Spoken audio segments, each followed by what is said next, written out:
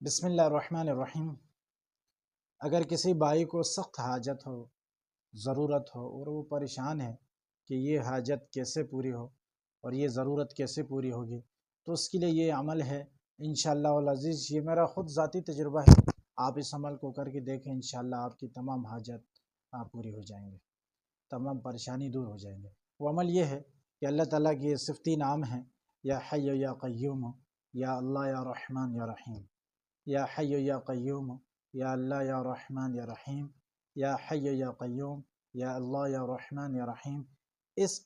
ان ناموں کو آپ روزانہ صبح شام معمول بنائیں، انشاءاللہ العزیز اللہ رب العزت اپنے ان ناموں کے برکت سے آپ کی تمام حاجات پوری فرمائیں گے۔